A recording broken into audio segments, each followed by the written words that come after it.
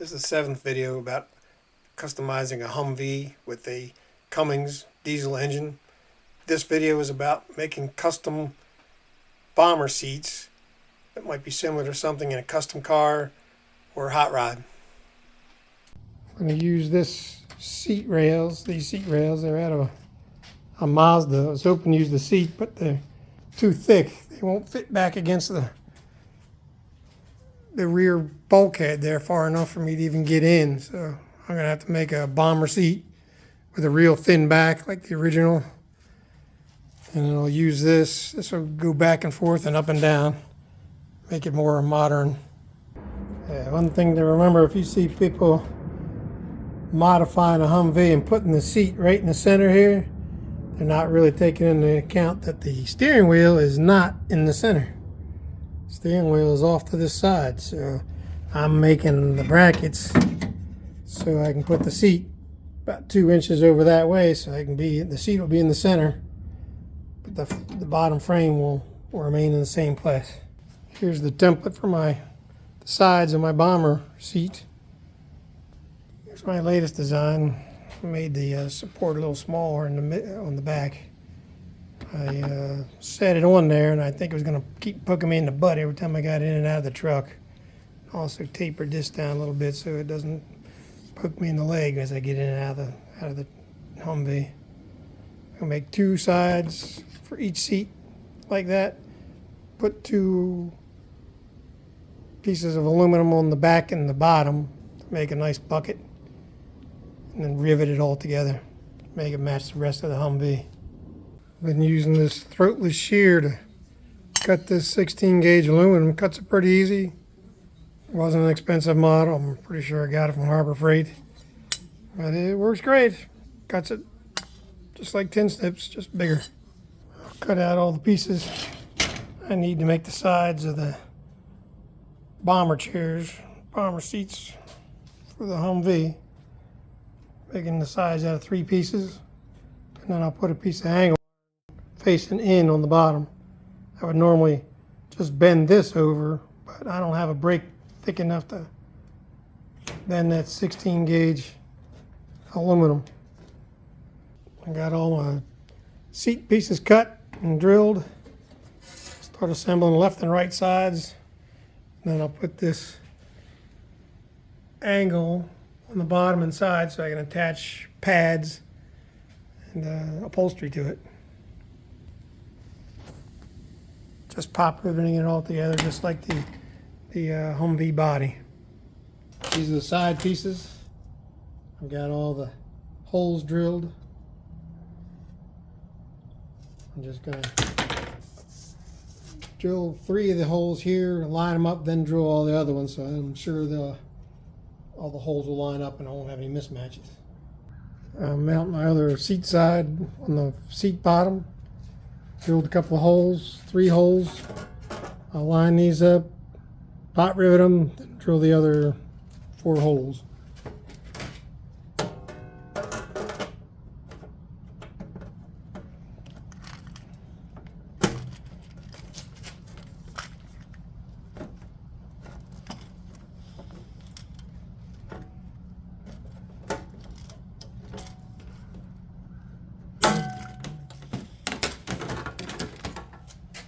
Using the Harbor Freight special rivet tool. Works a lot better than the smaller one-handed top. Getting too in for the one-handed thing. I'm just riveting 3 of them in there, and then I'll drill the other holes and finish it up.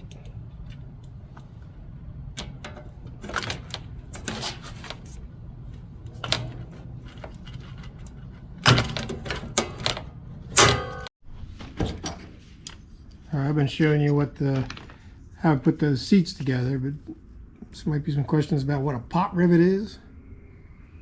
That's what a pot rivet looks like to put it in before you put it in. This part is actual rivet, and this part, see the mushroom shape to it?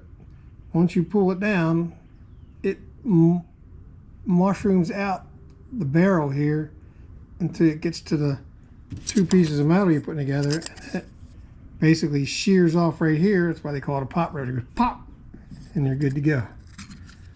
So I have a hole. That's the appropriate size, tight, but not too tight. Put those two together. Put the rivet in the rivet gun. You see the end starting to come in. See how it's deforming the rivet barrel. Take another bite at it. See how it's all deformed on the end? It's pulling those two pieces of metal together. And that's the piece that popped off. You see it just shears off. Makes a pretty sturdy connection. That's the mushroom part down in there. Pulled all the way down to the pieces you're trying to attach together. And this is the piece that was in there. And it eventually just shears off. And you got the rivet holding two pieces of metal together. Tried to make it look like it came with the Humvee with the same style rivets, approximately the same spacing. I'll paint them same color. Put black cushions in there. Haven't got the material for that yet. I'm mounting it on some seat tracks. That still got one more to make. Here's a side piece for the passenger side. Two of these. I still have to drill the holes and make that work. Well, there's my seat bucket with all the rivets in the back now. I'll make the plywood, channel out the plywood so it sits over top the rivets, flat here. Wrap it in foam, and then I have my material there. I'll wrap it up and make it look just like this one. Setting up some brackets and things to be able to put my seat tracks in there. These seat tracks are from a Mazda. I modified them. Put some angle iron on there so I can bolt my seat. In order to do that, I had to make this bracket. Just has some angle pieces on the ends so I can get the angle I need, so the seat back will be where I need it to be. Pretty much matches the original seat. I felt it was comfortable, so that's what I'm doing. This just bolts straight down the end of there. This will need a bolt on top of that. And then I have some wedges and a piece of aluminum to put in the front to tie all that together. Here's my seat base. Put a channel in there so it will fit over top of the rivets. When I put it on there, it'll go like that. Put foam and upholstery on top of it. Those channels are just so the rivets don't hit the wood. Did the same thing to the top. I cut the foam and just contact cemented it to the plywood. That just helps me keep it centered while I work the fabric. I put some dense rubber at the bottom, and this is supposedly dense foam. The rubber at the bottom just keeps your butt from smacking down on the plywood. I'll start the upholstery on the sides. And what I'll do is fold this down, flip this up. I cut this off a little bit. I just leave it a little long because it's easier for me to work with. I use these furniture T-nuts, put it through the plywood so I can attach it to the base from the other side. Just a 1/4 I'll put 3 more in. This is how I've been making the corners. Just tucking this under. I'll roll this around 2 hands and pull it up and staple it that way. That's a decent corner. There's my seat. It's done. Just I still have to bolt the plywood to the base, but I don't want to do that till I gotta make some stands because this is the passenger side. I gotta make some stands to get it up off the cover there and raise it up about 3 inches. Well, there's my seat. I still haven't bolted it in yet. I gotta paint it, make some covers and that sort of thing, but I like the way it looks. It's comfortable. Well, I'm finally assembling my driver's seat. Got the cushions on. It's an old Mazda sliding rack. Also goes up and down. I'm gonna hide all the material with side pieces. Whatever those on there, so it looks pretty good. At least in the down position. I got one for the other side. Before I put my seat in, I'm enclosing the seat base. Closed off this hole right here, closed off the back, and eventually I'm gonna put a door in the front, so that'll be my glove box. Here's the lid I'm gonna put on.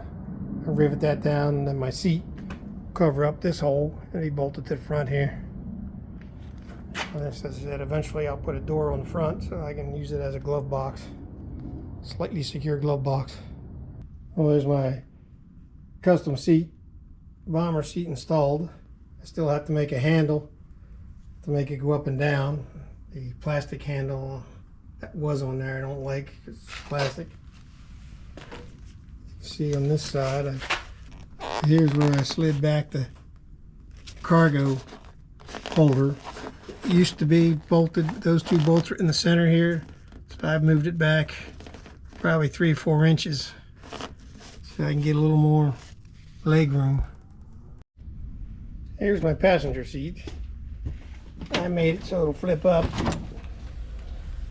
And there's the mounts I made to mount it to the top of the battery box. Made it flip up so I can get it out of there and get to the batteries. All it is basically a stack of aluminum tube on both sides. The next video I'll talk about how I made these doors, how I made some decisions, and how they were put together.